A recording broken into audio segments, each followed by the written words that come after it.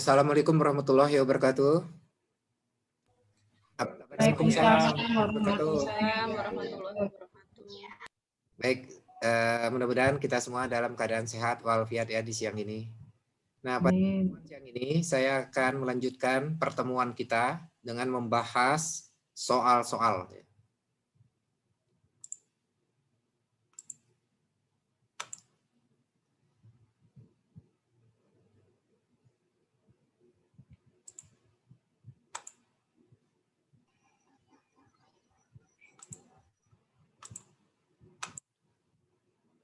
Baik,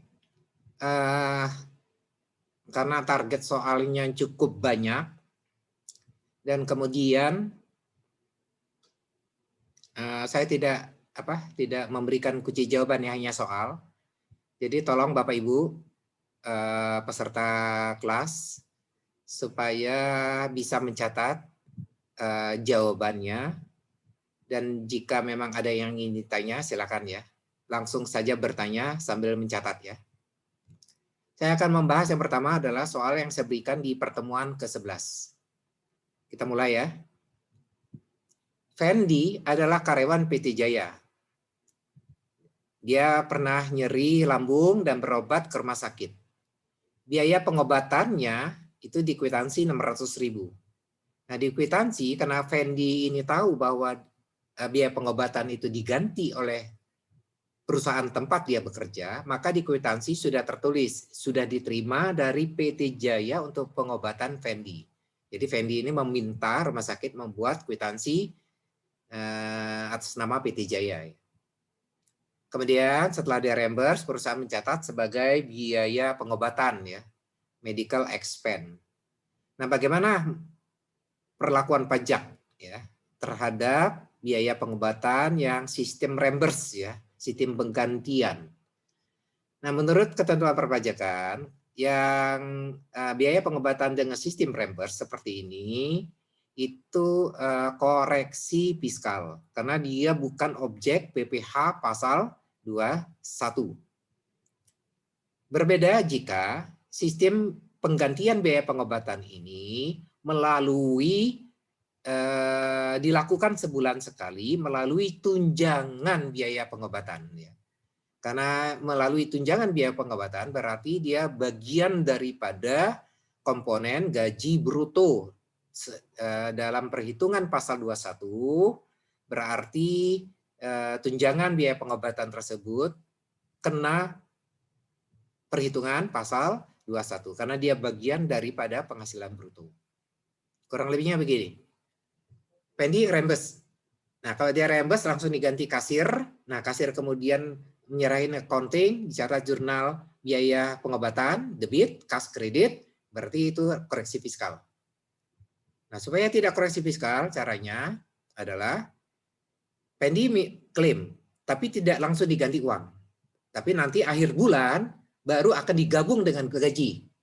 Ya, dengan gajinya akan dikembalikan, akan dibayar kepada Fendi melalui gaji. Sehingga biaya pengobatan tersebut masuk ke perhitungan pasal 21 dalam gaji.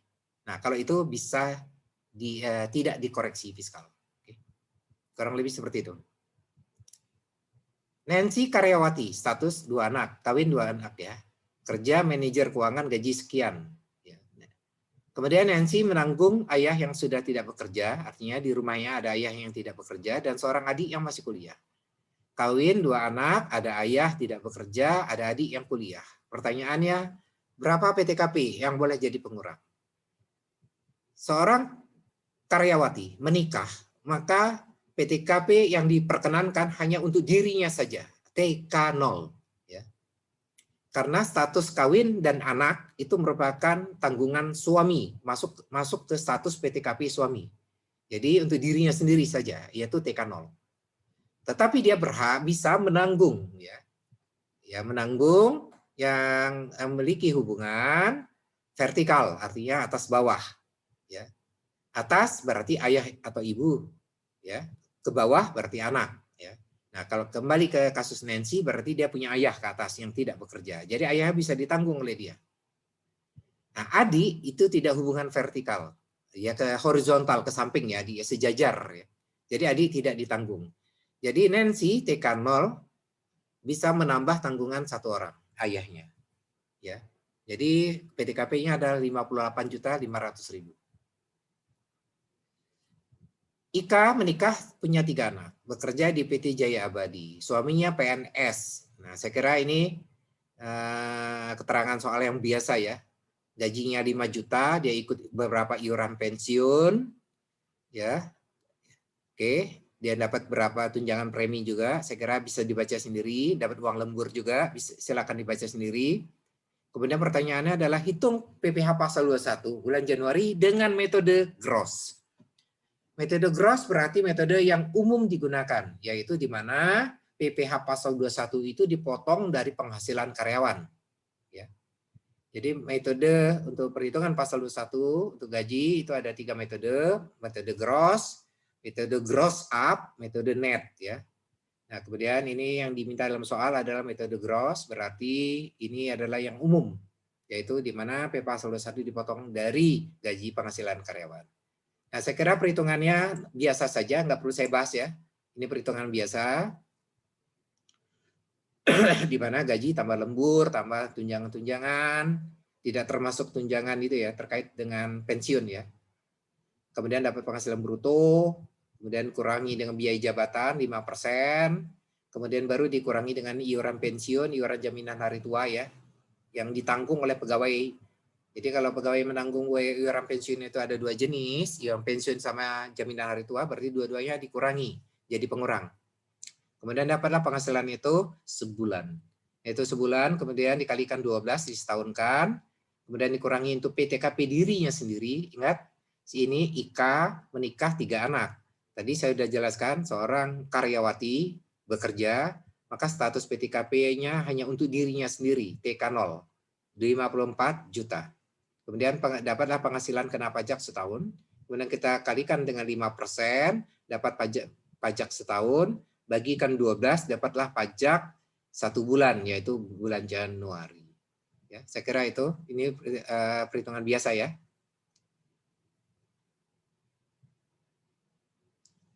Oke, itulah pembahasan kita terhadap soal tugas yang pertemuan 11. Sekarang saya lanjutkan dengan yang sudah saya bagikan, yaitu pembahasan soal yang seperti yang saya jelaskan tadi. Ini kebetulan saya ambil dari soal ujian CA. Ya. Soal yang saya bahas ini cukup banyak, 30 pilihan ganda, 3 isi, dan 1 studi kasus. Ya. Jadi tolong diperhatikan, karena saya agak lebih cepat. Ya.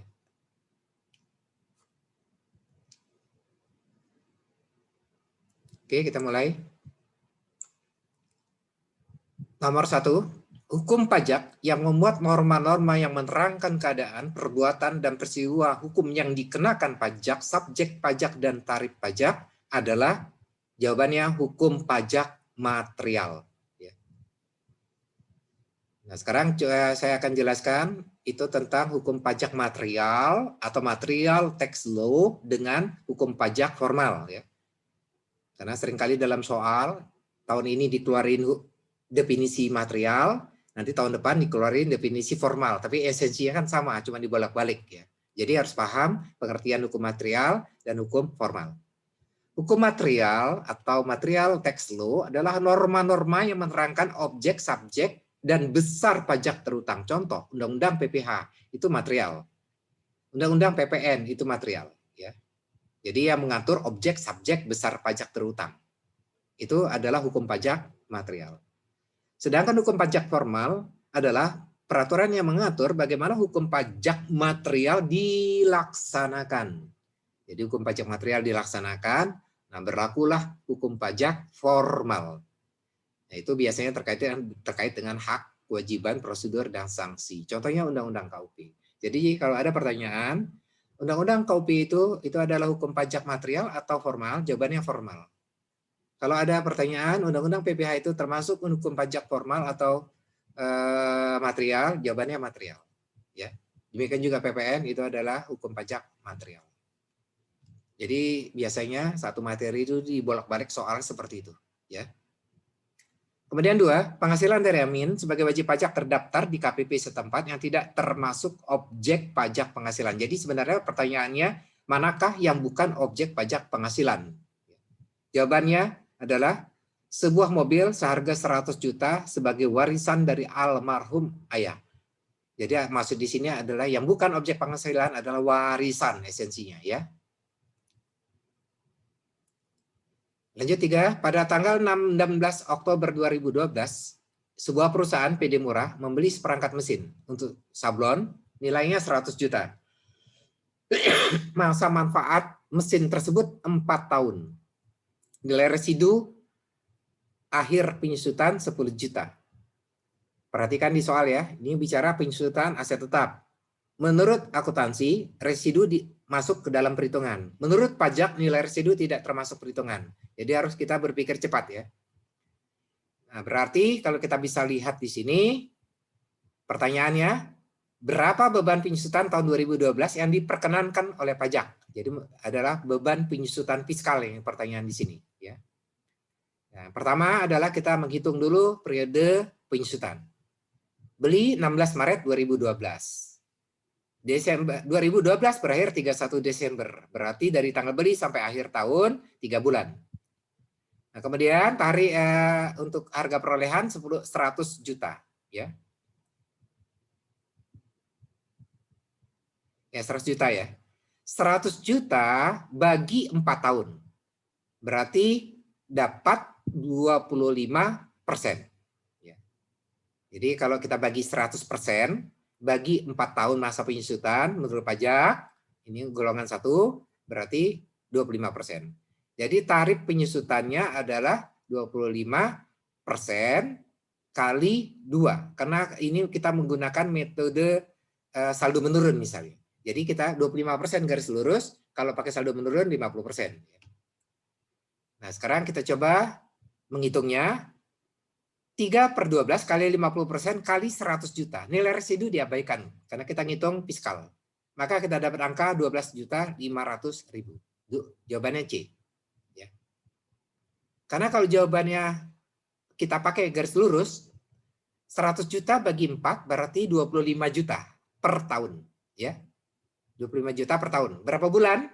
3 bulan. Berarti setahun 4 kali ya. 4 kali 3 bulan 4. Jadi kalau kita bicara 25 juta bagi 4, maka kita nggak ketemu angka A dan B. Itu cara cepatnya ya. Oke, saya lanjutkan. 4. CV angin yang modal tidak terbagi atas saham, CV ya.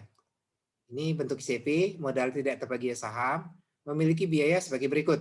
Ya, ada 1 sampai 5. Ya. Jadi pertanyaan di sini sebenarnya, manakah biaya-biaya yang dapat jadi pengurang bagi CV. Ya.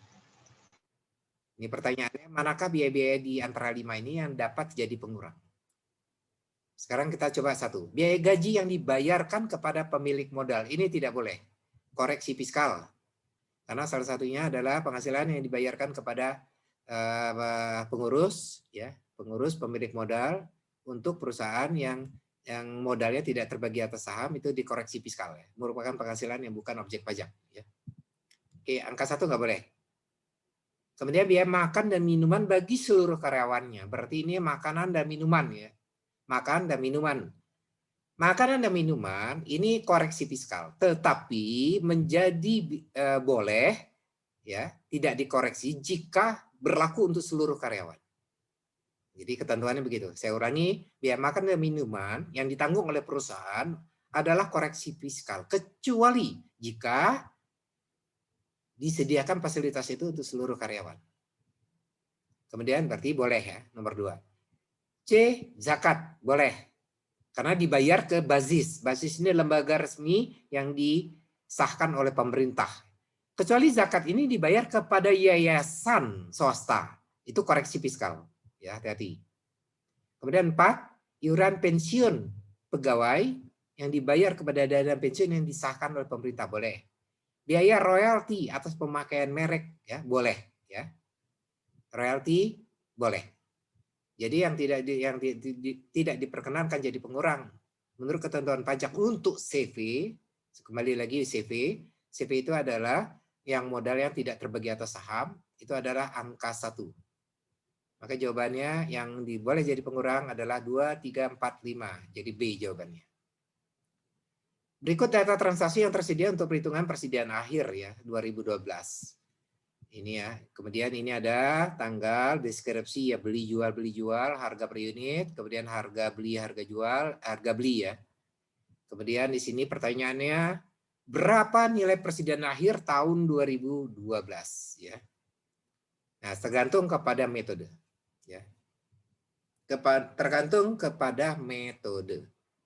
Karena seperti yang kalian ketahui, metode penilaian persediaan yang diperkenankan oleh pajak hanya 2. First in, first out, FIFO, dan rata-rata. Metode yang keduanya. Ya.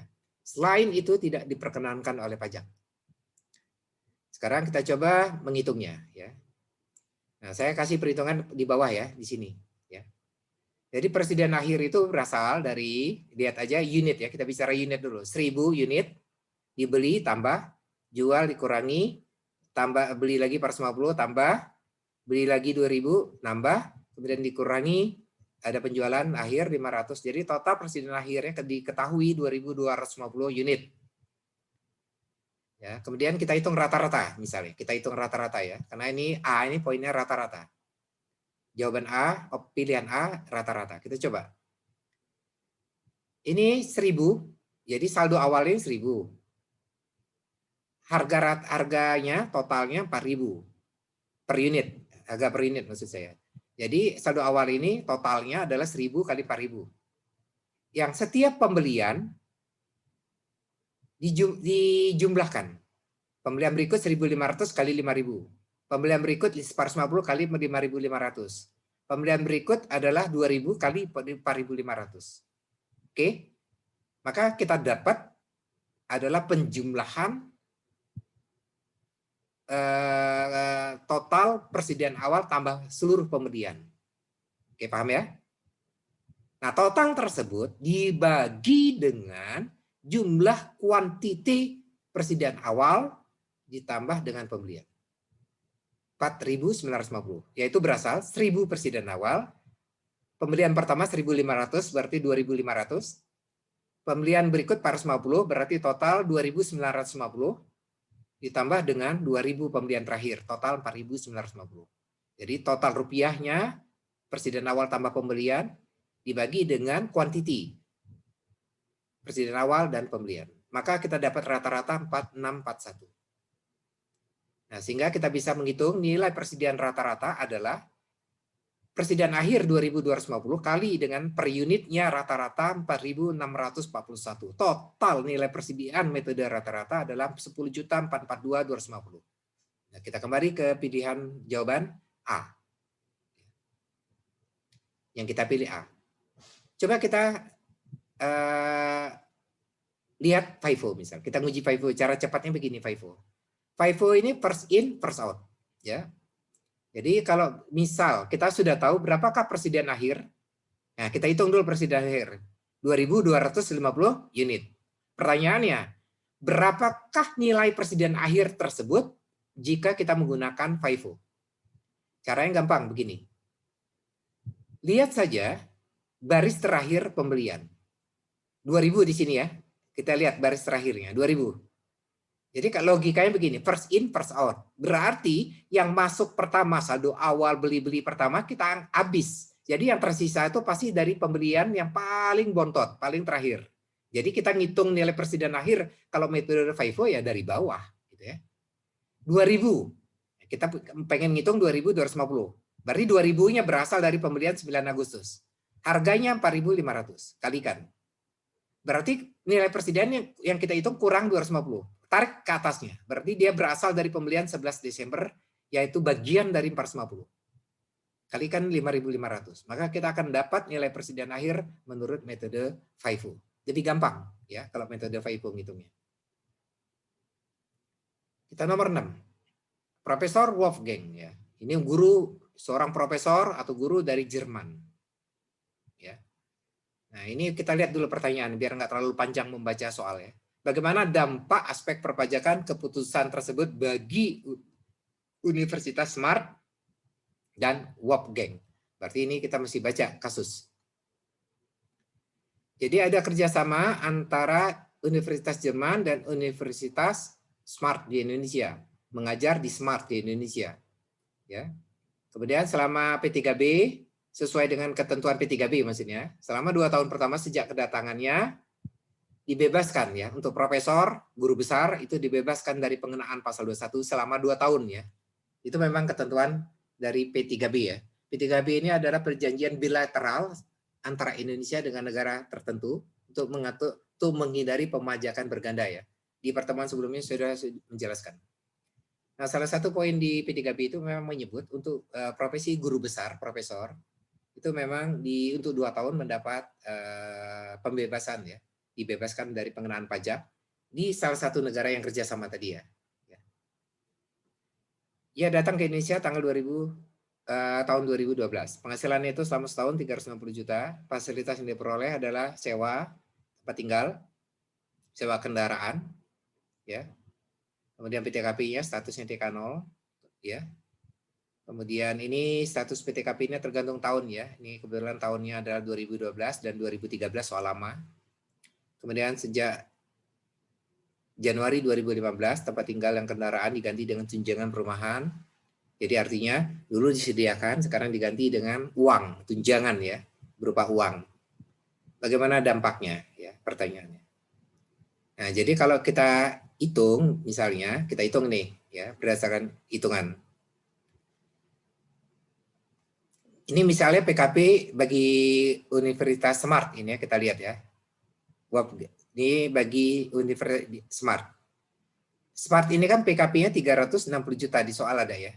Mana ya? Di 360 juta nih. Penghasilannya itu selama setahun 360 juta. Ya. Kemudian ditambah dengan 100 juta yang berasal dari ini. Apa namanya? Fasilitas. Ya. Tadi penghasilan neto si Wolfgang kan 360. Netonya. Dia dapat fasilitas 100 juta. Ya. Oke. Kemudian dia dikurangi PTKP. Ya. PTKP kebetulan ini kita ngitung yang 2015 ya. Berarti berlaku PTKP 2013, 24 300. Jadi penghasilan itu dia mendapat fasilitas berupa barang tadi. Jadi setara dengan 100 juta, kemudian dikurangi PTKP, maka penghasilan itu barunya 435 700 ya. Oke. Nah, kemudian untuk pasal 21 itu kan dia kalau kita hitung ya, untuk 2015 dapatlah pasal 21-nya 78925.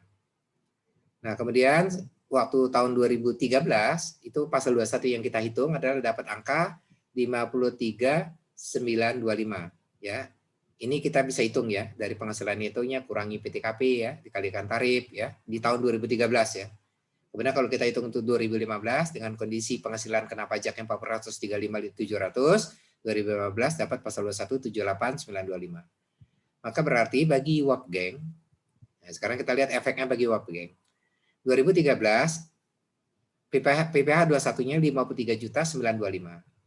2015 menjadi 78.925. Berarti ada kenaikan pasal 21 bagi Wolfgang sebesar 25 juta. Kenaikan bagi Wolfgang berarti ada penghematan bagi universitas ya. Yaitu dengan tarif PPh pada tahun itu adalah tarif PPh-nya 25%. Ya. Sedangkan penghematan yang bisa dilakukan itu adalah 100 juta ya. 200 juta ini yang semulanya istilah itu tidak kena pajak ya, karena bentuknya barang ya. Jadi rumah, kendaraan, tempat tinggal, kendaraan ya. Sekarang diganti bentuk uang, tunjangan ya. Berarti kita kan masuk ke gaji ya, masuk ke gaji. Sehingga nanti gaji tunjangan 100 juta tadi masuk ke gaji sehingga menjadi bisa menjadi pengurang dari PPh badan ya. Menjadi pengurang dari PPh badan.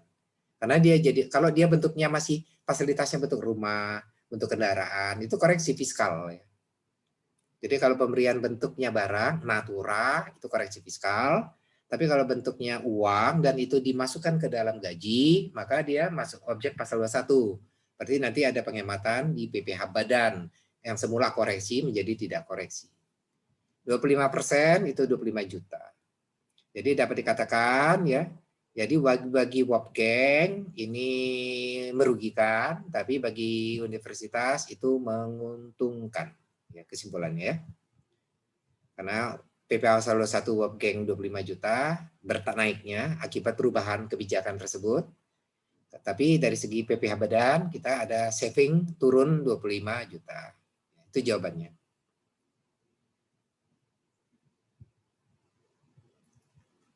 Kita lanjutkan nomor 7. Apa asas hukum yang mengatur ketentuan apabila isi dari peraturan Menteri Keuangan bertentangan dengan produk undang-undang?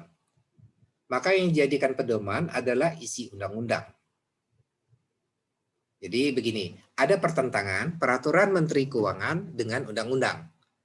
Maka yang menjadi acuan kita adalah undang-undang. Itu ketika kita menggunakan undang-undang sebagai acuan, maka sebenarnya ada asas hukum yang melatar belakanginya. Kalau kita belajar hukum, ya.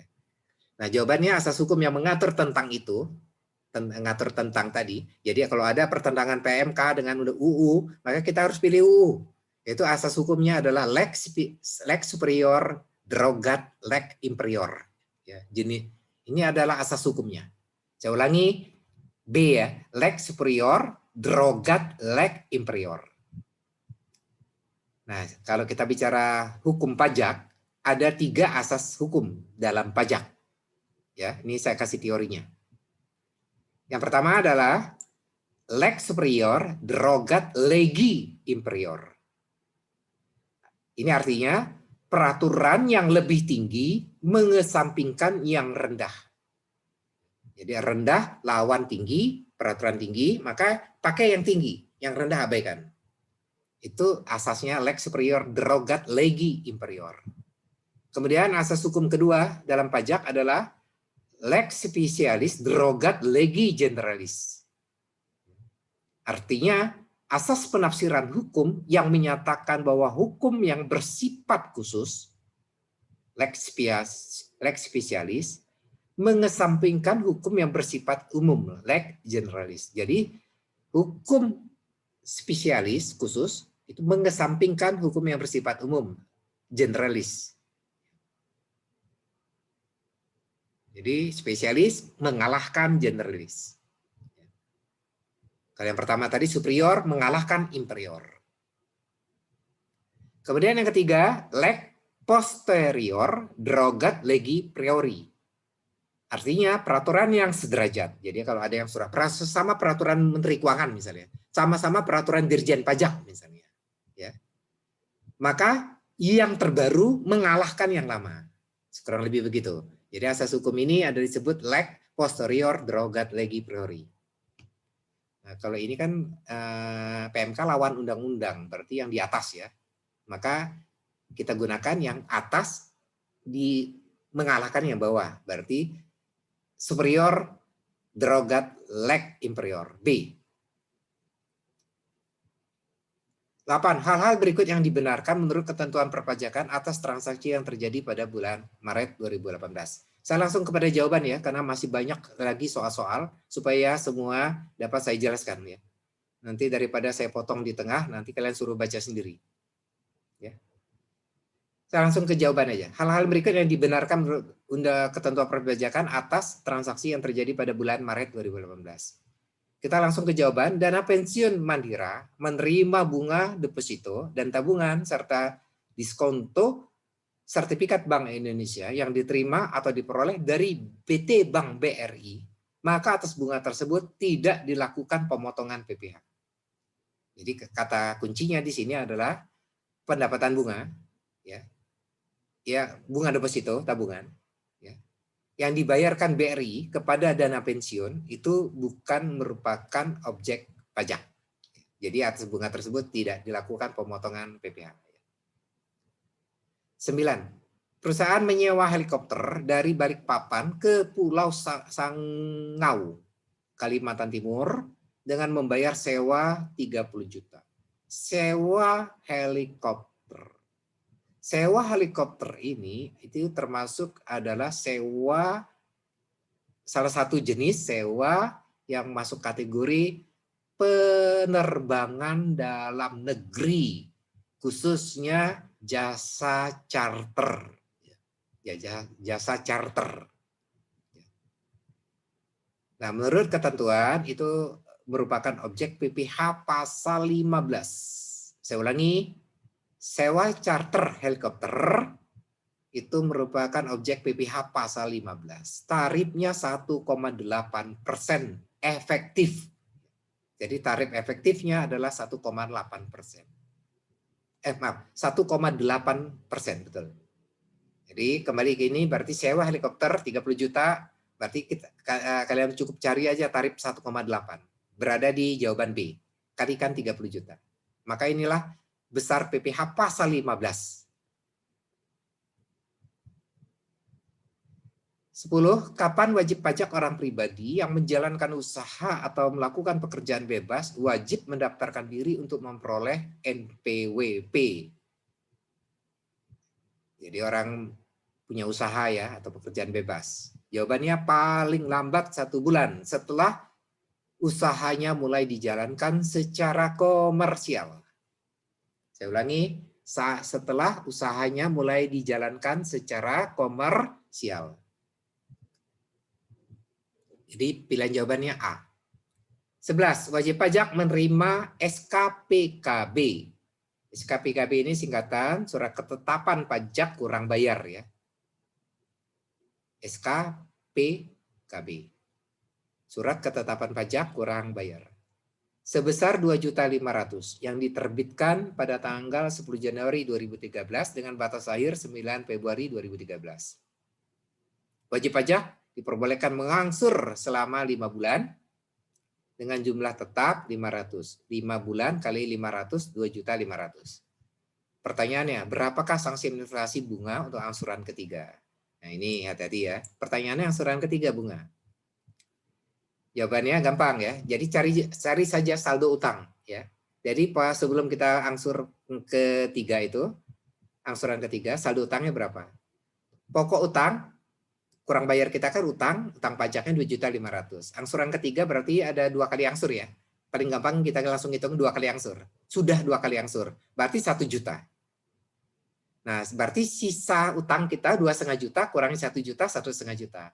1,5 juta kali sanksi bunga. Kebetulan di tahun itu 2013 kan tarif bunga, sanksi bunga 2%. 2% kali 1,5 juta. Maka kita bisa dapat 30.000. Maka jawabannya B. Kita lanjutkan 12. Nancy seorang karyawati dengan status kawin belum punya anak. Ya, bekerja manajer keuangan, gaji 7.500.000. Ya, saya kira ini kita bisa hitung ya tadi ya. Berapakah PTKP di sini? Karena ini adalah kasusnya adalah cukup lama. Di tahun itu PTKP-nya masih 24.300.000 ya. 24.300.000. Nah, kalian bisa ngitung lah. Yang dia bisa tanggungkan cuma 1 orang ya. Ayahnya yang tidak bekerja. Adiknya tidak bisa. Nah, perlu saya tegaskan kepada kalian, kalau kalian ketemu soal nih, kalian harus memperhatikan di dalam soal pajak ya, harus memperhatikan soal tersebut itu kapan bulan dan tahunnya. Jadi kalian mesti mengacu ke peraturan pajak yang berlaku saat itu. Jadi tidak bisa kalian merubah ke peraturan yang berlaku sekarang. Karena pembuat soal kan mintanya sesuai dengan soal yang dibuatnya. Jadi seperti contoh ini ya misalnya. Nah ini tentu dia tidak meminta PTKP 2015-2014. Nah, dia minta PTKP yang sebelumnya gitu kan. Nah, PTKP sebelumnya adalah 24.300.000. Maka kita mau nggak mau harus menghitungnya. Pak, dari mana kita tahu tahun? Di sini kan nggak disebutkan tahun Pak di sini Pak. Gampang, dari pilihan jawaban dia saja. Dari pilihan jawaban dia sekilas kita lihat berarti ini PTKP 2 periode yang lalu. 24.300.000. Nah saat itu kelipatannya kita udah tahu, gitu ya. Jadi jangan menyalahkan soal yang dibuat orang karena terkadang ada jebakan di situ untuk menguji pengetahuan pajak kita sebelumnya. Ya. Pak, boleh nanya Pak sebelumnya? Ya, boleh. Yang nomor 2 Pak. Itu kan ada saudara ke samping ya Pak, semenda itu. Ya. Kok nggak diikutkan adiknya gitu? Saudara ke samping. Jadi Sedarah ke samping. Pengertian, Pak, pengertian. Tapi lihat yang PTKP, pengertian PTKP. Yang atasnya Bapak baca. Tambahan untuk setiap anggota keluarga. Terusin Pak Kurnadi. Ya, ya. Dalam garis keturunan lurus. Ya Pak ya. Jadi ada dua kata-katanya. Sedarah dan semenda. Keluarga sedarah sama keluarga semenda. Kalau keluarga sedarah, keturunan kita. Ya. Semenda berarti pasangan kita di sebelah. Yang sejajar lurus juga. Tapi lurus. Ya Pak ya. Oh. Lurus Pak. Lurus itu artinya vertikal dari bahasa saya. Jadi kalau kita ayah ibu. Tapi kalau semenda bapak mertua, ibu mertua. Seperti itu Pak. Itu lurus ke atas. Lurus ke bawah, saya, anak saya. Istri, anaknya. Ya, sebetulnya kan kawin janda sama duda gitu kan. Nah, seperti itu. Itu yang disebut garis lurus. Selain itu, tidak termasuk pengertian PTKP. Ini kalau ini saya tulis ke samping ini hanya untuk memberi pengertian. Kalau yang disebut lurus itu begini, yang disebut ke samping itu begini, yang disebut semenda itu lurus segini, semenda ke samping itu begini. Yang berlaku adalah 1 dan 3, 2 dan 4 tidak, gitu kan? Seperti itu, Pak. Maksud saya. Ya, oke. Oke, Pak ya. Mau nanya yang Ya, silakan. Nomor 12. Ayahnya Bu Nancy ini nggak masuk di PTKP suaminya ya, Pak? Ayahnya? Oh, enggak. Oh, jadi Karena misalnya di suaminya udah K3 misalnya. Oh, kalau belum, Pak? Ini Kalau belum asumsi bisa. berarti nih Kak ya. Main Bisa. asumsi. Iya. Makanya saya bilang kita lihat pilihan jawabannya caranya gitu kan. Ya, ya. Jebakannya nih Pak. Ya. Makanya saya bilang ini informasi bukannya tidak lengkap, tidak ada tahun gimana nentuin PKP, salah kayak gitu ya. Cara kita menafsirkan soal. Ya, seperti itu kalau kita ketemu soal. Jadi kalau soalnya kayak gini, asumsinya suaminya udah K3 ya, Pak? Sudah maksimal. Ya. Oke. Seperti itu. Jadi asumsi, berarti main asumsi. kita tidak bicara konteks suaminya dalam soal ini gitu kan. Ya. Yang jelas satu, Nancy walaupun dia menikah, dia adalah TK0. Itu satu dulu poinnya. Ya kan? Apa Nancy bisa menambah tanggungan? Bisa. Karena walaupun dia sudah menikah. Apa? Yaitu sedarah lurus gitu ya. Seperti itu. Nah, keterangan soal menyebutkan ternyata ada Nancy nanggung ayahnya, nanggung adiknya. Ayahnya lurus, adiknya ke samping. Berarti ayahnya dipakai, adiknya dibuang. Seperti itu ya. Jadi supaya jangan terlalu lama mikir gitu kan. Kalau mikir soalnya masih banyak. Nanti waktu ujian gitu ya. Oke, seperti itu ya. Ada lagi? Lanjut ya, kalau nggak ada. Santo, terdaftar di KPP Ek. 5 Desember bangun rumah baru. Tapi di wilayah KPP berbeda kalau kalian baca. Luas bangunan 300 meter. Kalau kalian lihat di sini, berarti ini pasti pertanyaannya terkait dengan PPN KMS. PPN kegiatan membangun sendiri. PPN tarifnya 10%, DPP-nya 20% dari total pengeluaran. Pengenaannya minimal itu adalah 200 meter persegi. Nah, kalau yang tools yang tadi barusan saya sebut itu memang pengetahuan ya, harus belajar kayak itu ya. Kalau maka kita baca soal, kita harus punya pengetahuan dasar untuk mengomentari soal ini.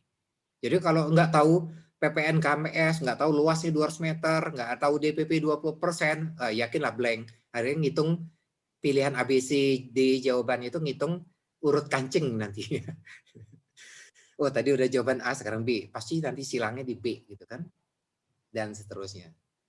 Dan itu rumus sudah diketahui oleh yang buat soal. Maka kita buat soal kadang-kadang jawaban 3 soal itu A jawabannya. Jadi nggak buka A, B, C, D gitu kan, nggak turun ke bawah gitu kan. Udah acak sekarang jawabannya. A, B1, C 4 kali, 6 kali, muncul lagi B 10 kali, berulang-ulang B gitu kan. Maka peserta ujian pun bingung untuk pilihan bergandanya. Kita lanjutkan. Bahan tergini, bahannya sudah kita abaikan saja. Nah, yang kita fokus adalah berarti biaya pengeluaran. Karena PPN KMS itu dasarnya adalah biaya pembangunan yang setiap bulan. Nah, diketahui di soal Desember sekian, Januari sekian, Februari sekian, Maret sekian, total 790 juta. Sekarang kita sampai ke pertanyaannya. Manakah ya pernyataan yang salah? Pertanyaan pertama, total PPN terutang atas kegiatan membangun sendiri. Atau mungkin saya tidak bahas ya poin-poin per poin ya, karena waktunya terbatas. Saya langsung ke jawaban saja. Tempat PPN terutang atas kegiatan membangun sendiri adalah di wilayah X, KPP X. Kita lihat soal. Santo adalah terdaftar di KPP X. Ya. Saya ulangi. Santo terdaftar di KPP X. Berarti dia memiliki NPWP di KPP X. Saya ulangi. NPWP di KPP X. Objek barangnya ada di KPP Y. Nah, sekarang pertanyaan, siapa penanggung pajak PPN ini? Santo. Santo NPWP di mana? Di X. Iya, berarti jawabannya betul. Tempat terutang kegiatan bangun sendiri adalah di KPP X. Ya, tempat Santo terdaftar. Walaupun objeknya berada di kantor pajak yang lain. Ya. Nah, ini saya sertai perhitungannya. PPN terutang adalah 10% kali 20% DPP, kali total pengeluaran biaya pembangunan 750 juta. Total PPN KMS yang disetor oleh siapa tadi namanya Santo adalah sebesar 15.800.000. Setor sendiri ke kas negara. Ya. Oke, ini adalah dasarnya yang tadi saya jelaskan. Ya. Tarif 10%, DPP 20%. Nah, ini cuman ketentuan minimalnya itu yang berlaku PPN KMS adalah minimal luasnya 200 meter persegi ya. Jadi kalau misalnya kurang dari 200 itu tidak terutang PPN KMS. Ini hati-hati ya. Oke, saya lanjutkan 14. Pernyataan yang salah dalam memenuhi persyaratan sebagai wajib pajak di bawah ini ya. Kalian bisa lihat sendiri di sini ya. Yang salah adalah laporan keuangan diaudit oleh akuntan publik dan seterusnya.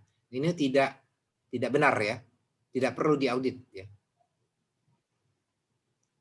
Ini kalian bisa baca boleh catat ya, di pasal 2 Peraturan Menteri Keuangan nomor 74 tahun 2012 ya. Saya ulangi, pasal 2 PMK 74 2012.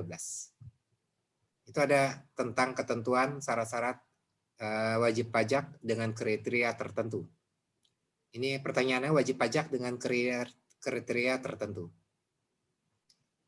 Saya lanjutkan, strategi penghindaran pajak yang legal dan tidak bertentangan dengan ketentuan perpajakan di mana memanfaatkan gray area yang terdapat di undang-undang dan peraturan perpajak sehingga aman bagi wajib pajak disebut apa? Tax avoidance ya, kemarin sudah saya jelaskan. Nah, ini adalah perbedaan, saya beri tambahan tax avoidance perbedaan dengan tax evasion ya. Kalian bisa lihat di sini. Kalau avoidance itu memanfaatkan kelemahan peraturan. Tapi kalau ke evasion penggelapan pajak ya, tax evasion itu penggelapan pajak, itu sengaja ya, sengaja tidak melaporkan, itu pelanggaran. 16, Anton 2013 punya data sebagai berikut. Ya. Ini adalah PPh terutangnya, kemudian pasal 21 dipotong pemberi kerja, pasal 22 yang potong bendaharawan, pasal 17 dividen, pasal 4 ayat 2, pasal 25. Nah, kemudian diasumsikan PPh yang dibayar tahun 2014 sama dengan PPh yang dibayar 2013. Pertanyaannya, berapakah angsuran pasal 25 untuk tahun berikutnya 2014? Jawabannya adalah A. Cara ngitungnya seperti ini ya. PPh terutang 10.750.000. Kurangi PPh kredit pajak, PPh pasal 21 1.200.000, kurangi PPh kredit pajak PPh pasal 22 500, maka total kredit pajak itu adalah 1.700.000, sisa PPh terutang kurang bayar adalah 9.050.000. Nah, untuk tahun berikutnya, angsuran pasal 25 dihitung caranya, PPh terutang 10 juta, saya ulangi, 10.750 dikurangi dengan kredit pajak yang dipotong pihak lain. Nah, kalau kalian perhatikan, PPh kredit pajak yang dipotong pihak lain ini ada dua, pasal 21 dan pasal 22. Jadi totalnya adalah selisihnya 9.050.000 dibagi 12. Maka kita dapat angsuran pasal 25 untuk tahun 2014 adalah 754.166. Dia berada di pilihan A. Di pilihan A. Kita lanjutkan 17. Pada tanggal 31 Oktober 2013, perusahaan membeli seperangkat komputer senilai 10 juta. Pernyataan yang tepat sebagai berikut. Ya. Jawabannya A. Penyusutan 2013 dengan metode garis lurus sebesar 625.000 dan metode saldo menurun 125.000. Nah, jadi artinya ada pilihan penyusutan menurut metode garis lurus dan saldo menurun di A, B, C, D ya. Nah, cara cepatnya begini. Kalau saya beritahu kalian ya. Ini kan komputer harga perolehannya 10 juta. Komputer ini langsung kalian masukkan dia ke golongan 1 menurut ketentuan pajak. Golongan 1 4 tahun. Ya. 4 tahun. Nah, kemudian kalau dia 4 tahun berarti 10 juta dibagi dengan 4 tahun. Ya. Berarti per tahunnya berapa? 2.500.000. Paham sampai situ ya? Kita stop sampai situ 2.500.000. Ya. Kalau itu metode garis lurus berarti kita pakai 2.500.000. Tetapi kalau kita pakai saldo menurun, kita kalikan 2 garis lurus tadi. Jadi kita pakai adalah 5 juta. Jadi garis lurus itu penyusutannya selalu 2 kali dari garis lurus. Jadi 2 kali. Nah, kita kembali ke perhitungan tadi, 2.500.000. Itu setahun. Nah, sekarang kita lihat periodenya, 2013. Oktober 31 Oktober sampai 31 Desember. Berarti kalau kita hitung itu 3 bulan. Menurut pajak.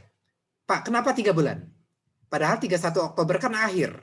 Nah, ketentuan pajak, bulan saat tanggal dihitung 1 bulan. Jadi kalau 31 Oktober tanggalnya 31 dihitung 1 bulan Oktobernya.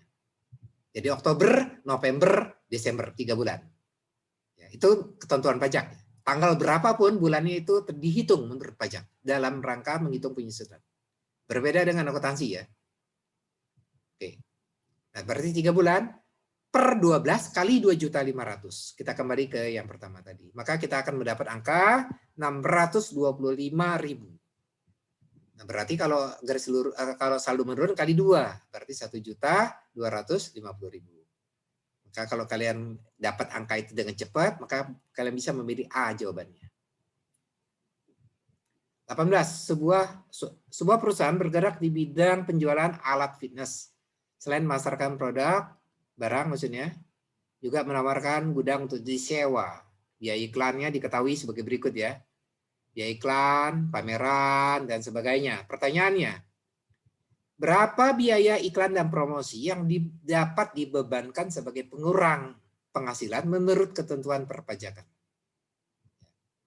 Sekarang coba kita analisis menurut ketentuan perpajakan. Oke. Biaya iklan di TV. Untuk produk alat fitness. Kita jual fitness, alat fitness, maka ini adalah iklan TV-nya 70 juta boleh. Diperkenankan. Ya, dapat ya.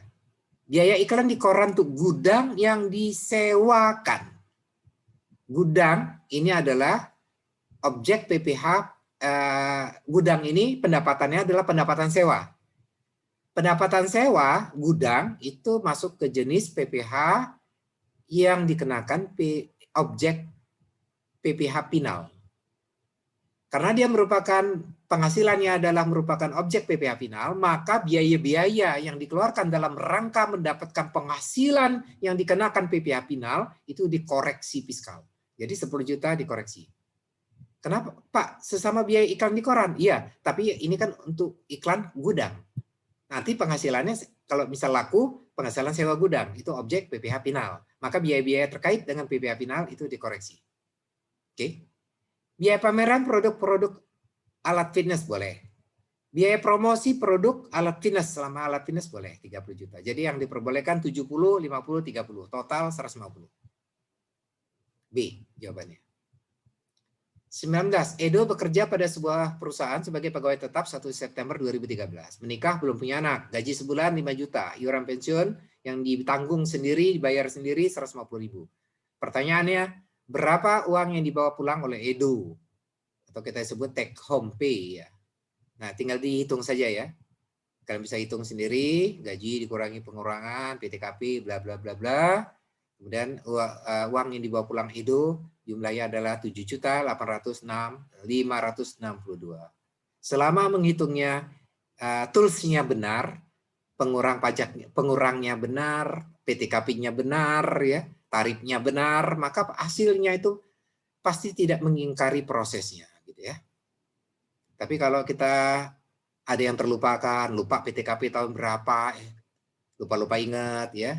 Nah, itu memang risiko ada tadi, bisa benar, bisa salah jawabannya. Tapi selama angka tools yang kita gunakan benar, yakin, maka hasilnya itu pasti tidak mengingkari ya prosesnya.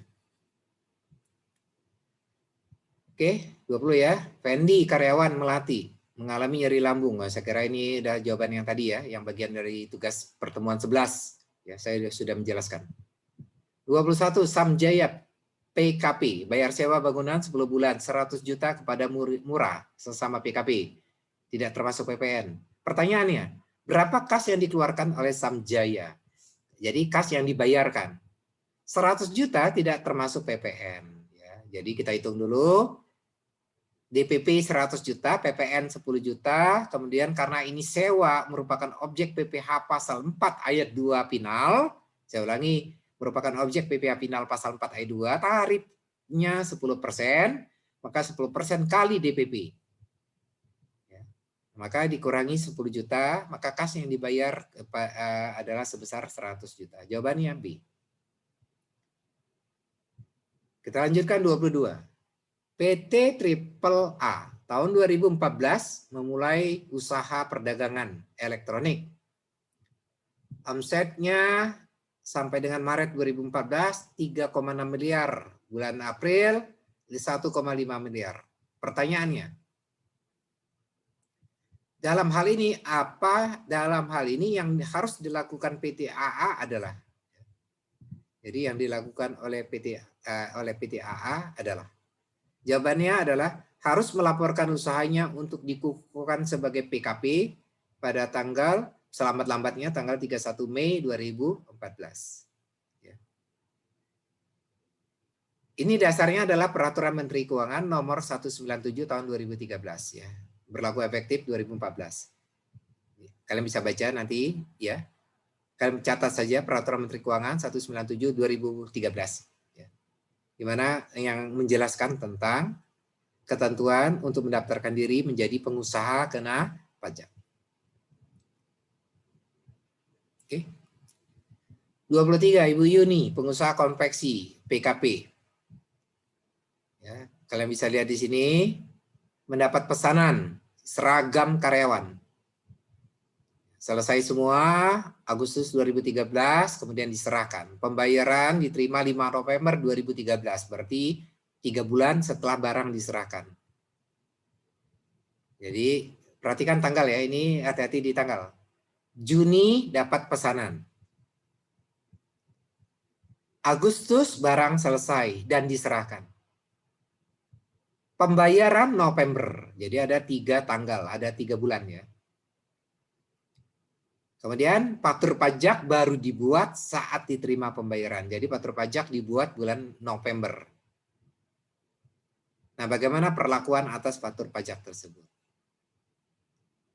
Jawabannya B, masih dapat dikreditkan oleh PT Subur.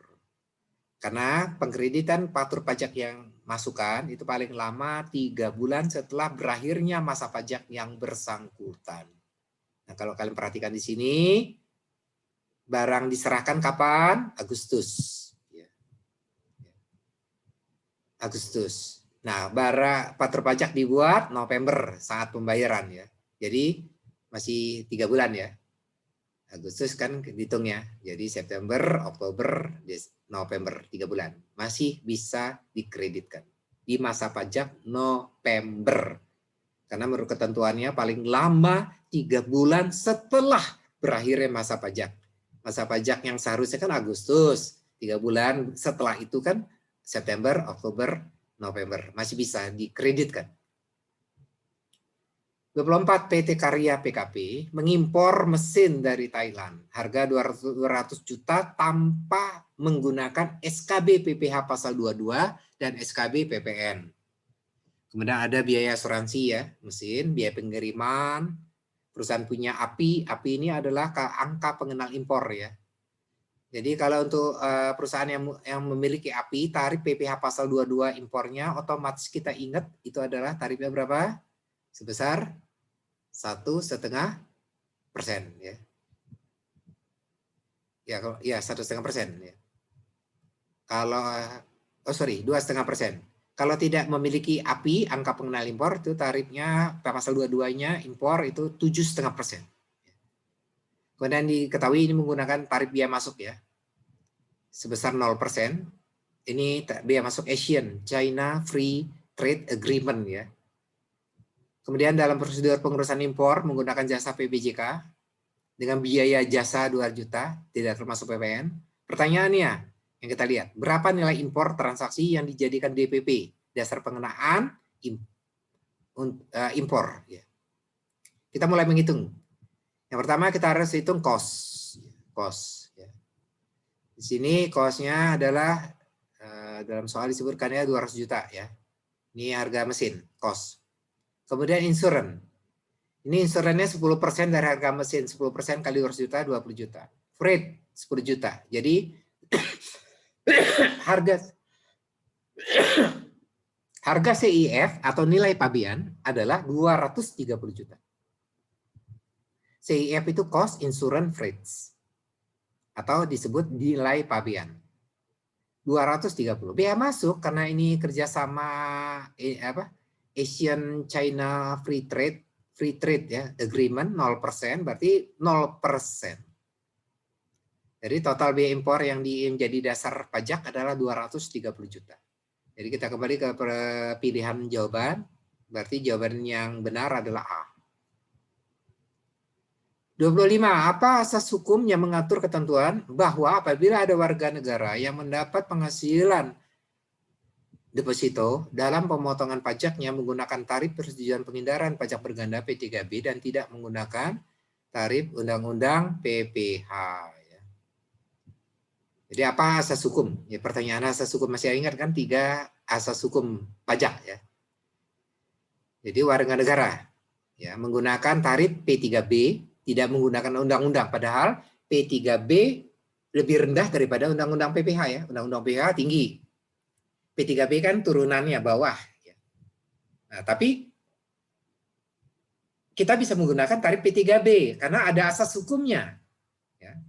Jadi asas hukum yang kita gunakan adalah P3B ini adalah undang-undang khusus spesialis. Sedangkan undang-undang PPH generalis. Jadi spesialis mengalahkan generalis. Ya.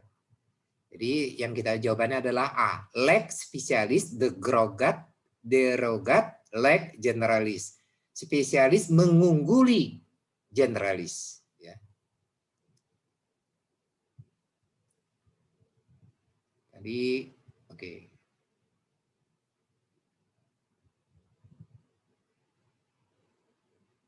Ya, 26. Pencegahan distorsi pajak berganda dengan mekanisme pengkreditan pajak luar negeri seperti pajak penghasilan pasal 24. Jadi pasal 24 ini adalah KPLN ya, kredit pajak luar negeri. Disebut dengan ya, jadi pencegahan distorsi ya, pajak berganda dengan mekanisme pengkreditan pajak luar negeri seperti contohnya pasal 24. Itu adalah itu di dalam undang-undang kita pasal nomor 36 tahun 2008 itu disebut dengan istilah unilateral approach. Nah, ini sini ada 3 metode pencegahan pajak berganda. Ya. Yang pertama adalah metode unilateral, yang kedua metode bilateral, yang ketiga metode multilateral. Kalau metode unilateral, yaitu metode yang dilakukan oleh suatu negara, jadi satu negara saja, itu melalui undang-undangnya yang berlaku di negaranya sendiri. Jadi dia membuat suatu metode di mana sebuah negara membuat pengaturan sendiri. Itu metode unilateral. Nah, pengaturan apa yang bisa dilakukan sendiri di negara itu adalah exception method dan credit method. Ada 2 ya. Exception method dan credit method. Exception method artinya metode perkecualian. Jadi kecuali. Jadi penghasilan-penghasilan yang dikecualikan dari objek pajak. Ya, itu kan ada di Undang-Undang PPH kita. Nah, itu masuk kategori ini adalah metode unilateral. Jadi yang dibuat oleh negara itu sendiri ketentuannya. Kalau credit method itu ketentuan pengkreditan. Jadi artinya seperti pajak masukan misalnya. Nah, jadi setiap PKP harus menghitung pajak PPN perutang dengan cara hitung pajak keluaran. Kurangi dengan pajak masukan. Nah, pajak masukan ini adalah ketentuan yang jenisnya credit method, metode pengkreditan. Ya. Nah, termasuk pasal 24 ini termasuk credit method. Ya. Oke. Kemudian metode yang kedua bilateral, yaitu pencegahan pajak berganda disepakati 2 negara. Jadi ada suatu masalah, 2 negara berunding, nah, terjadi kesepakatan penghindaran pajak berganda, itu metode bilateral. Multilateral itu pencegahan pajak berganda disepakati oleh beberapa negara. Misalnya satu negara ASEAN, misalnya ada 7 berunding, bersepakat di antara mereka tentang menghindari pajak berganda. Itu namanya metode multilateral. Kita lanjutkan. PT Hana memiliki saham 10% di Triple Z Corporation Sydney, Australia. Hana mendapat dividen 300 juta dari luar ya, dari Australia. Ya, pertanyaannya kita lihat saja dulu. Berdasarkan keputusan Menteri Keuangan 164 atas dividen yang diterima oleh PT Hana, kapan digabung dengan penghasilan PT Hana lainnya? Nah, jadi pertanyaan di sini sebenarnya kapan penghasilan dividen dari luar negeri tersebut digabung dengan penghasilan PT Hana lainnya? Ya, karena di sini ada pengaturan ya di peraturan Menteri Keuangan nomor 256 lebih tepatnya ya. Ini KMK 164 ini sepertinya sudah diganti dengan 256, tapi esensinya sama ya. Itu saat diperolehnya dividen wajib pajak, saat diperolehnya dividen dari luar negeri oleh wajib pajak dalam negeri ya. Itu harus ditentukan ada batas waktu pengakuannya ya. Menurut ketentuan PMK 256 tahun 2008. Jadi pengakuan dividen yang berasal dari luar negeri, yang diterima oleh wajib pajak dalam negeri, ya, itu pengakuannya itu harus pada bulan keempat setelah berakhirnya batas waktu kewajiban penyampaian surat pemberitahuan tahunan pajak penghasilan badan di luar negeri. Atau bulan ke-7 setelah tahun pajak berakhir apabila perusahaan di luar negeri itu tidak memiliki kewajiban melaporkan pajaknya setahun sekali. Jadi kalau perusahaan kita yang membayar dividen di luar negeri itu punya kewajiban melaporkan pajak, maka kapan batas akhir pelaporan pajak dia setahun sekali di luar negeri, maka pengakuan dividen yang kita terima di Indonesia itu paling lambat itu bulan keempat, sejak batas akhir SPT mereka di luar negeri.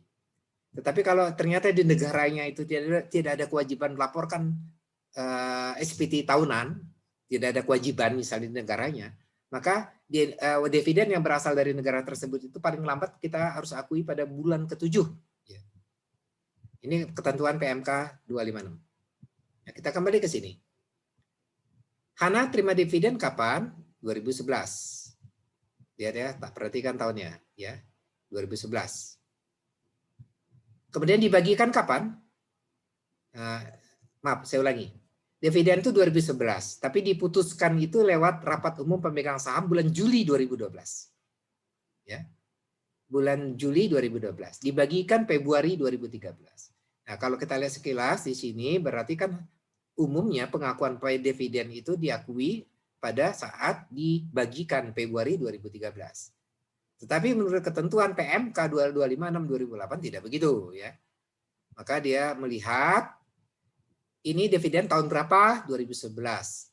Nah, kalau 2011 ini kan berakhir tahun pajaknya kan Desember 2011 ya.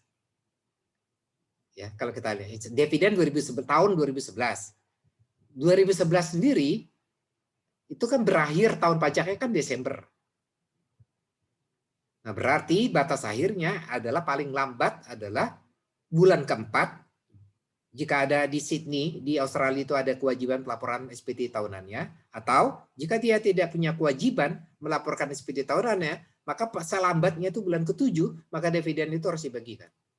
Harus diakui, bukan dibagikan ya. Kalau diakui berarti dia objek pajak. Paling lambat 7 bulan. Jadi bukan Februari 2013 sesuai tanggal pembagian. Ini ketentuan PMK 256. Nah, berarti kalau kita perhatikan di sini, apakah dividen itu digabung dengan penghasilan anak yang lain tahun 2011? Jawaban A, bukan. Karena ini objeknya kan 2011. Apakah di 2012? Ya.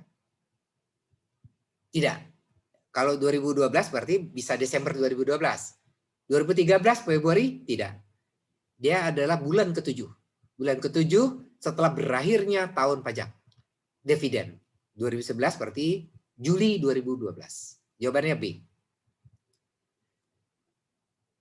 28. Triple A Airline, sebuah perusahaan penerbangan Malaysia, melakukan penerbangan internasional antara Kuala Lumpur, Singapura, Jakarta pulang pergi. Dari Jakarta bawa penumpang sekian, dengan tiket sekian, kurs sekian ya. Sekalian bisa baca ya. Berapakah PPh yang akan dikenakan di Indonesia? Di mana di Indonesia, Malaysia itu ada perjanjian P3B, Tax Treaty.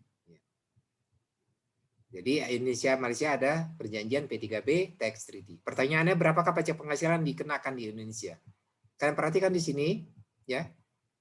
Dia ini perjalanannya kalau dilakukan adalah PP ya di sini. Ini adalah jenis penerbangan internasional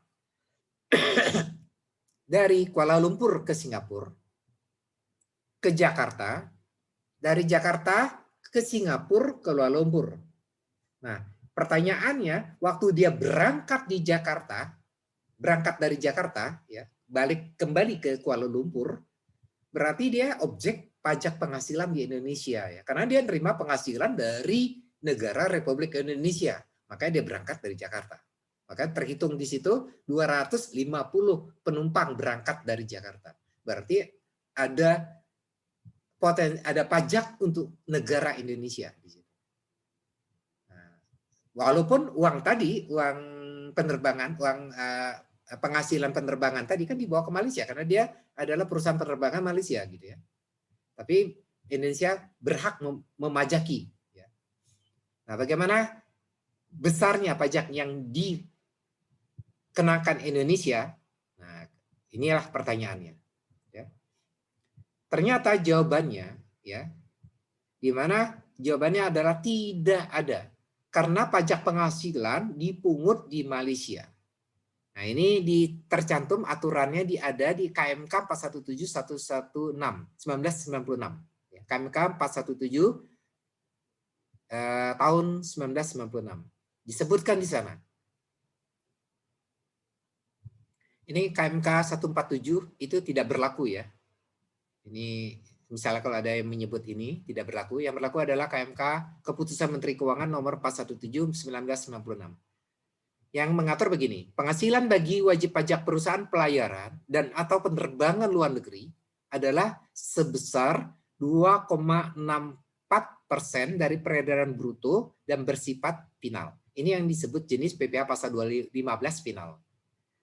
Nah, peredaran bruto adalah semua imbalan atau nilai pengganti berupa uang atau nilai uang yang diterima atau diperoleh wajib pajak perusahaan pelayaran dan atau penerbangan luar negeri dari pengangkutan orang dan atau barang yang dimuat dari satu pelabuhan ke pelabuhan lainnya di Indonesia dan atau dari pelabuhan di Indonesia ke pelabuhan di luar negeri. Nah, sekarang coba kalian perhatikan, ya. Nah, berarti di sini kalau kalian perhatikan, ini sebenarnya adalah penumpang tadi kan itu memindahkan, ini ada keberangkatan dari Jakarta ke Kuala Lumpur, berarti memindahkan dari pelabuhan Indonesia ke pelabuhan di luar negeri, ya. Nah, tetapi karena di sini ada perjanjian, ya. Kalau kita lihat di sini kan perjanjian, kalau kalian perhatikan, kita hitung dulu rupiahnya, kalian bisa lihat di sini, ya. Kita, oh ini ada, saya kasih aturan tambahan ya. Masih di KMK pasal 17. Penghasilan bagi wajib pajak pelayaran dan atau penerbangan luar negeri sebesar 2,64% dari perolehan bruto bersifat final. Nah, ini kalau kita kalikan dengan tarif tadi, ya, 2,64 dikalikan dengan 250 orang kali tiketnya 200, ya, 250 kali 200 kali kurs. Kurs di sini menggunakan kurs Bank Indonesia, kurs Menteri Keuangan ya, sorry. Jadi dalam rangka menghitung pajak kita menggunakan kurs MKRI. MKRI ini artinya kurs Menteri Keuangan 10.000. Maka kita mendapat penghasilan dasar pengenaan pajaknya adalah 13.200.000. Tetapi berdasarkan pasal 8 di dalam perjanjian P3B Indonesia Malaysia, jadi kalau kalian cari perjanjian P3B Indonesia Malaysia, cari pasal 8 di mana subjeknya itu terkait shipping and air transport, ya. Shipping and air transport. Maka disebutkan di sana, di dalam perjanjian dua belah pihak tadi, yaitu pelayaran dalam jalur lalu lintas internasional dapat dikenakan pajak di Indonesia sebagai negara sumber hanya 50% tanpa melihat apakah BUT atau tidak. Ya. Nah, kemudian kedua, penerbangan. Kalau ini pelayaran ya, ini penerbangan. Yang kedua, penerbangan dalam jalur lalu lintas internasional hanya akan dikenakan pajak di negara treaty partner, negara domisili. Indonesia hanya berhak memajaki penghasilan terkait pengoperasian pesawat udara dalam jalur lalu lintas domestik Indonesia.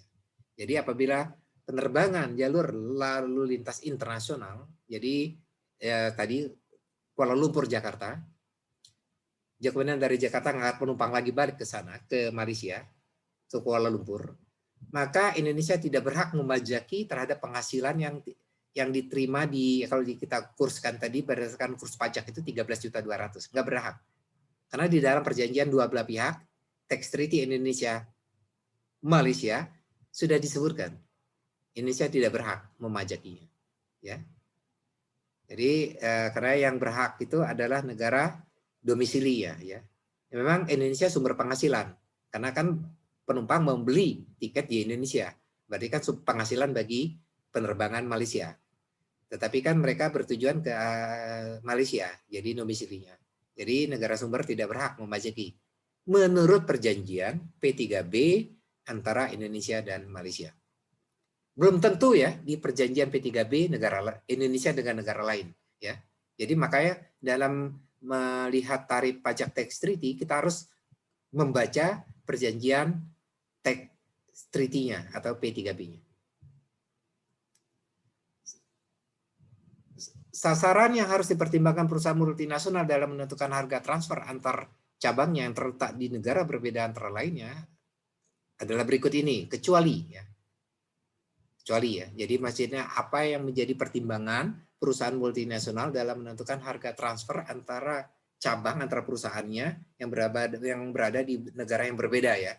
Jadi ada beberapa sasaran, tujuan. Tapi ada kecualinya. Ya. Nah, kecualinya ini adalah usaha meminimumkan sanksi perpajakan. Ya. Ini perkecualiannya ya. Kalau yang A, C, D memang itu tujuannya. Jadi tujuan mereka menggunakan strategi harga transfer ya untuk meminimalkan pembayaran pajak intinya. Ya. Pajak itu bisa pajak, biaya masuk ya, dan mengelola mata uang asing juga termasuk ya. Tapi tidak termasuk untuk meminimumkan sanksi perpajakan. Ya. Kemudian 30, fungsi manajemen pajak antara lain sebagai berikut kecuali ya. Jadi fungsi manajemen pajak ini manajemen pajak positif ya. Ini artinya merupakan positif approach ya.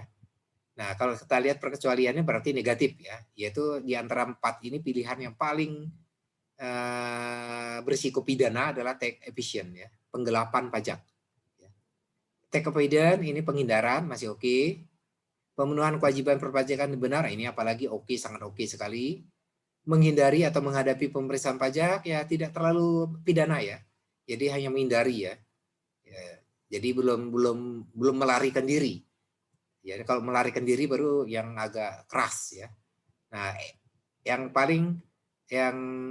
perkecualian yang cukup keras adalah tax evasion ya, yaitu adalah penggelapan pajak. Maka jawabannya A. Saya juga memberikan di sini tax evasion itu skemanya intinya adalah itu tidak melaporkan, tidak memungut dan sebagainya ya. Sengaja menghindar ya. Sengaja tidak melakukannya. Oke. Itulah 30 pertanyaan soal berganda. Cukup banyak ya dalam kita ujian CE. Oke, saya kira ini soal isi ya. Ini isi. Ini sebenarnya kalau kalian perhatikan ini soalnya masih lama, masih berlaku tahun 2013 PP 46 ya di sini ya. Di mana usaha itu usaha dagang triple A ya, memiliki usaha kurang dari 4,8 miliar ya. Nah, ini kalau kalian perhatikan di sini 2013 ini terbagi 2 periode ya.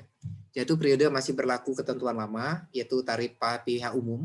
Kemudian Juli 2013 itu berlakulah tarif PPh final yang 1%, yaitu berdasarkan PP 46 tahun 2013.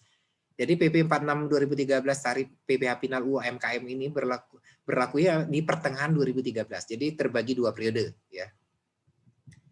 Jadi kalau di soal ini, jadi ini kebetulan ini soal lama, jadi ujian CA ya.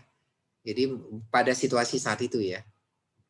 Tapi tidak ada salahnya kalian baca untuk pengetahuan. Tapi saya yakin ini tidak keluar. Intinya, 2 periode 2013 tadi, yang Januari sampai Juli itu disetahunkan, sedangkan yang sisanya baru berlaku PPh final yang 1% sesuai tarif PP 46 2013. Intinya kurang lebih seperti itu. Di 2013-nya. Jadi seperti ini jadinya. Jadi untuk yang 6 bulan pertama masih berlaku tarif umum, disetahunkan dulu.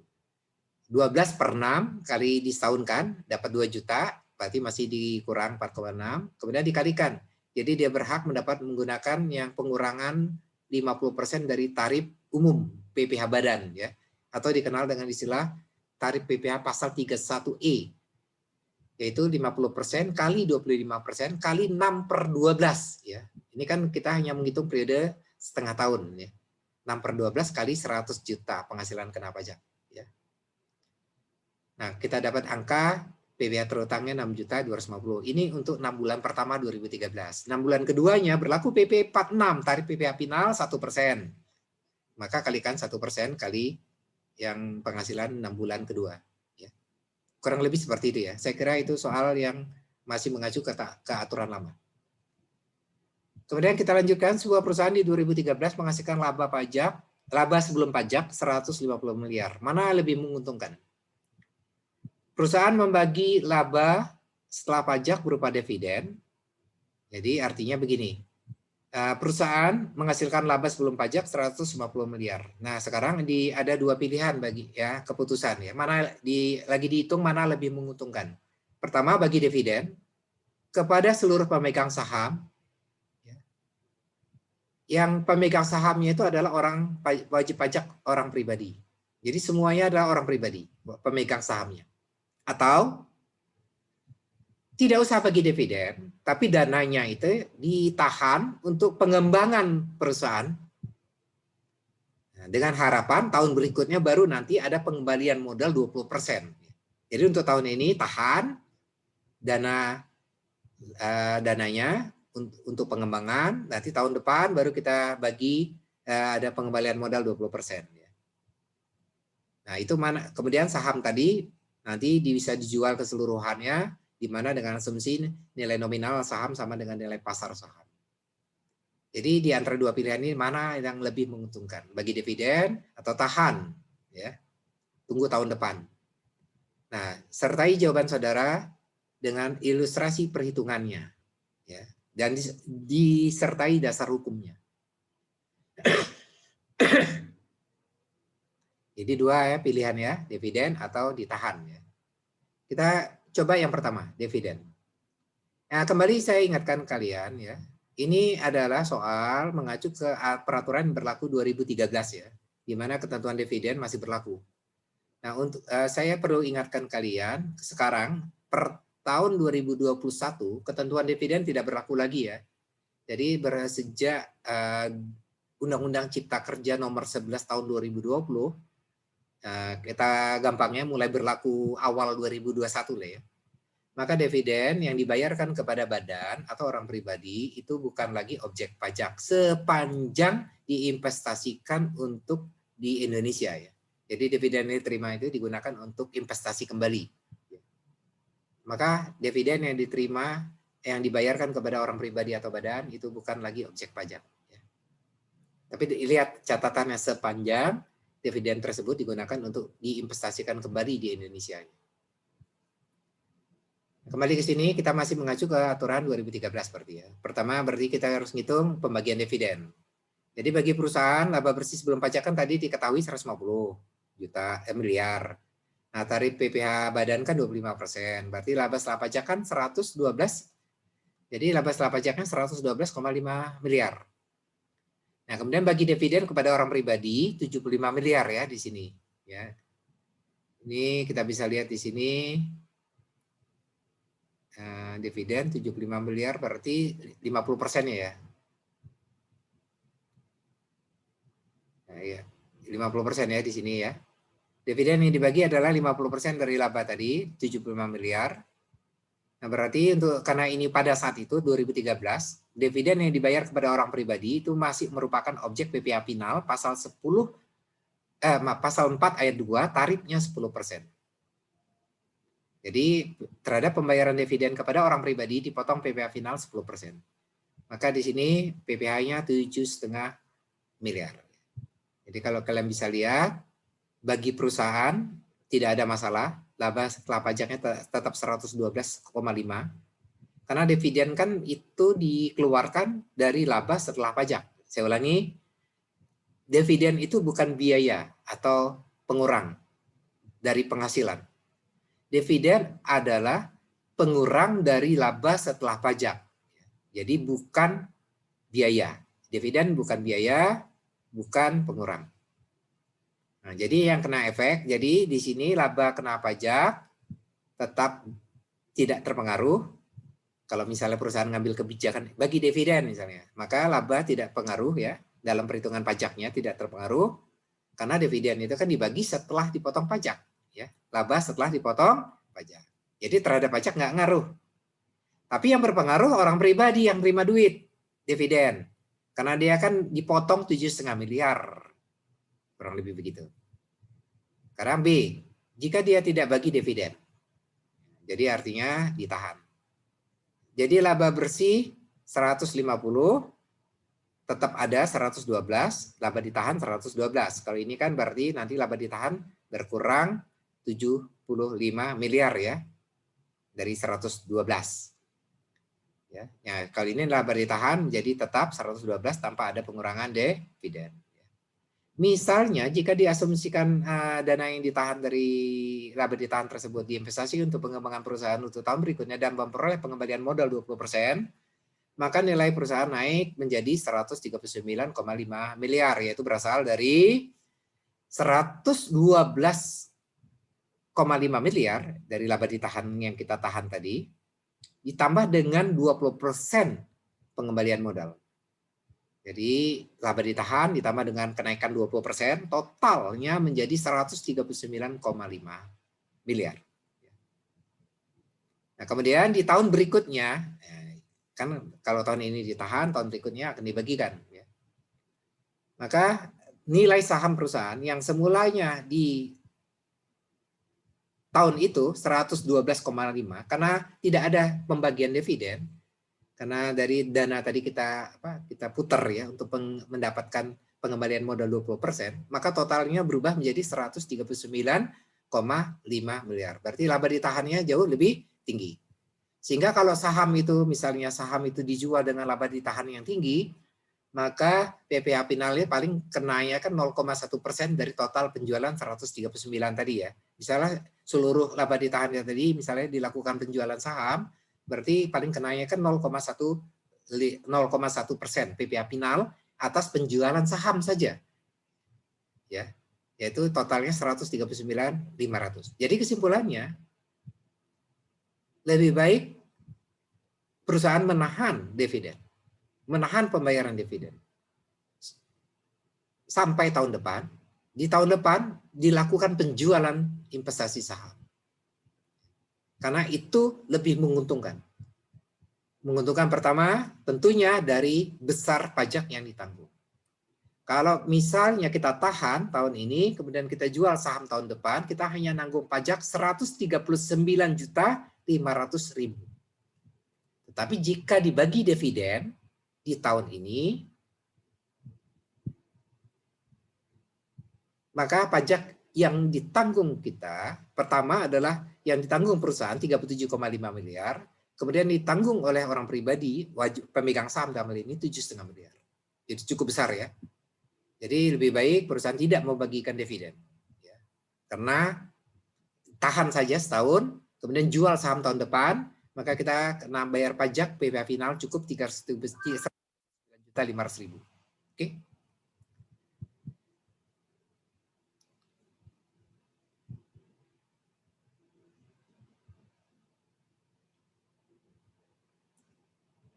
Oke, saya kira nomor isi nomor 3 ya.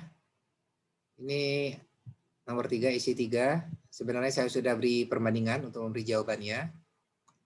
Kemudian soal studi kasus juga. Isi nomor 3 ini intinya sama ya. Jadi kalian dihadapi oleh sebuah keputusan sebagai pemegang saham. Apakah pembagian bonus itu akan dibagikan sebagai biaya atau dibebankan kepada saldo laba ya. Jadi ini suatu situasi kalian harus mengambil sebuah keputusan. Tapi tentunya sebelum mengambil keputusan kalian harus melakukan perhitungan terlebih dahulu. Nah, perhitungannya ada seperti ini kurang lebih. Kemudian untuk yang studi kasus ini juga sama. Jadi di sini studi kasus ini intinya sama diambil apa namanya berada di sebuah situasi. Kalian berada di sebuah situasi di mana kalian sebagai Pak Budi, manakah yang lebih menguntungkan? Apakah bentuk usaha perorangan atau badan hukum dari aspek perpajakan? Tentunya aspek perpajakan di sini mana yang lebih rendah membayar pajak, bentuk usaha perorangan atau badan hukum. Bentuk usaha perorangan ini bentuknya salah satunya UD ya, UD. Atau usaha orang pribadi, misal Irsan. Ya. Punya toko bangunan, punya laundry, punya toko konveksi. Ya, milik Irsan, orang pribadi. Ya. Kalau badan hukum berarti saya membuat CV atau PT. Ya. Saya mendirikan dulu CV atau PT. Jadi mana yang lebih menguntungkan dari perpajakan bentuk usaha perorangan atau orang pribadi. Nah tentunya untuk menjawab itu harus dikasih dasar perhitungannya. Nah ini adalah saya beri sudah perhitungan jika bentuk orang pribadi dan memilih pembukuan kurang lebihnya menghitung pajaknya seperti ini. Ya. Jadi ini adalah laba rugi komersial, lakukan koreksi fiskal, kemudian dapat fiskal, laporan keuangan fiskal, nanti dapat laba rugi fiskal dan dapat penghasilan kena pajak, hitung pajaknya, kurangi kredit pajak, dapat kurang bayar. Ini kalau bentuk usaha perorangan. Perbedaannya mana? Perbedaan cuma di tarif dan ada pengurangan PTKP. Jadi kalau orang pribadi atau bentuk usaha perorangan, pengurangan di akhir tahunnya dia berhak mendapat pertama PTKP, kemudian tarifnya menggunakan tarif orang pribadi, yaitu ada 4 lapisan, 5%, 15%, 25%. Nah, selebihnya sama. Jadi laporan keuangan usahanya dikoreksi fiskal dulu, dapat nanti laporan keuangan fiskal. Kemudian baru dihitung penghasilan kena pajak, kurangi PTKP, kena tarif. Ya, kurang lebih seperti itu. Kemudian ini adalah untuk badan hukum, kalau bentuknya perseroan ya atau CV. Nah, sama caranya. Jadi laporan keuangan komersial kurangi dengan koreksi fiskal, positif dan negatif, dapat laporan keuangan fiskal.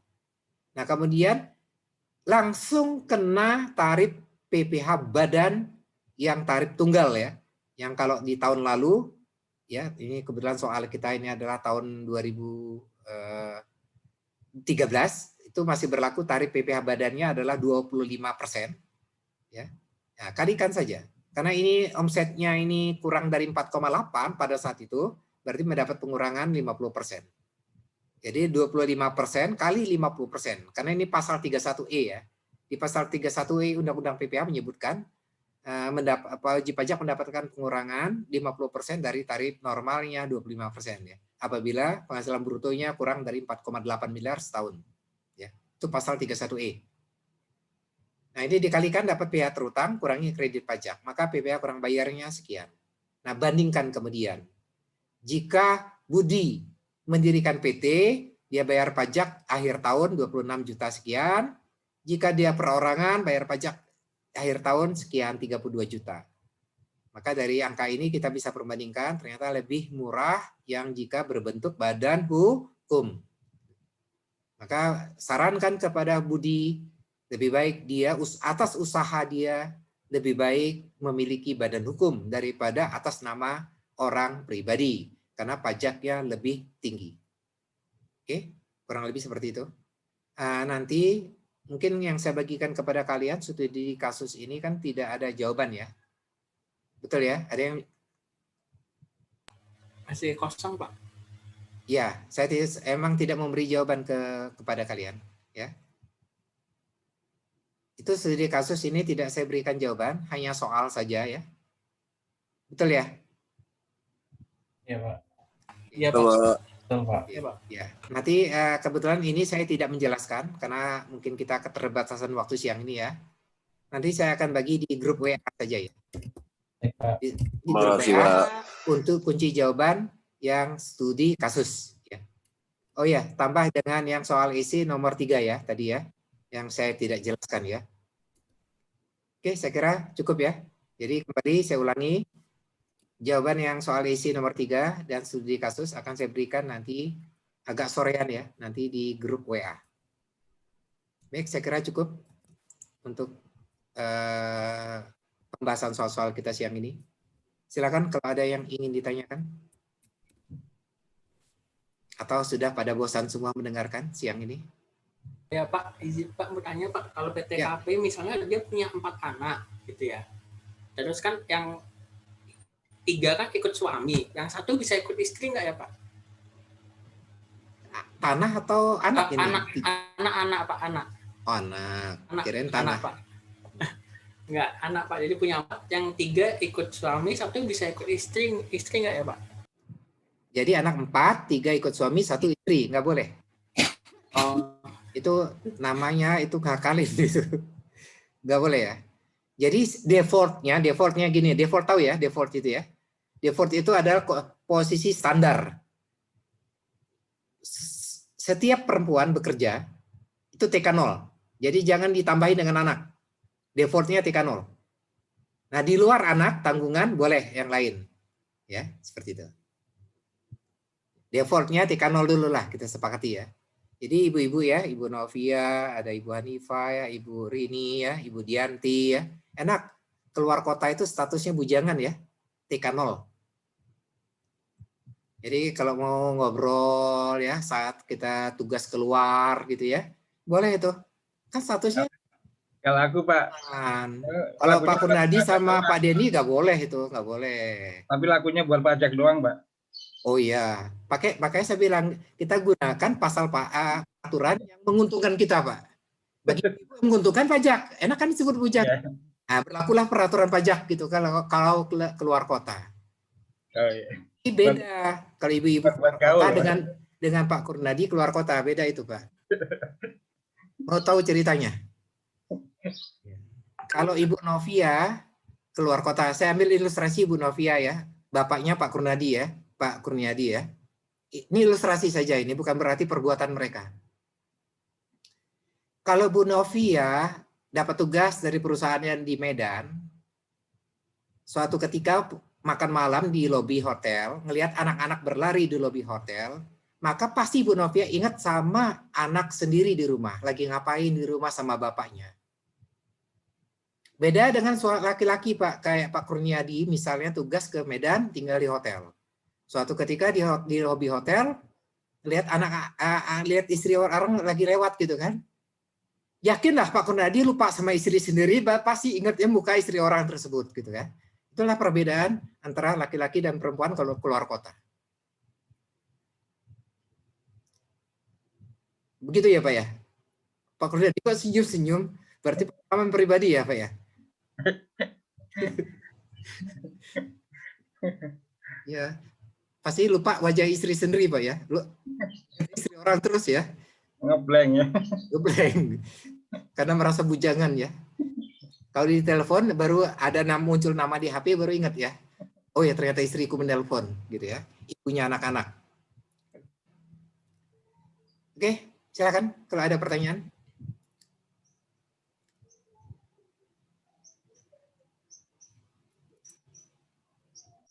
Tidak ada ya? Kalau tidak ada, mungkin kita cukupkan untuk siang ini. Nah, di akhir saya ingin menyampaikan soal-soal yang kita bahas hari ini, tolong dipelajari lagi karena untuk soal UAS saya mengambil salah satu soal yang kita bahas di hari ini, ya.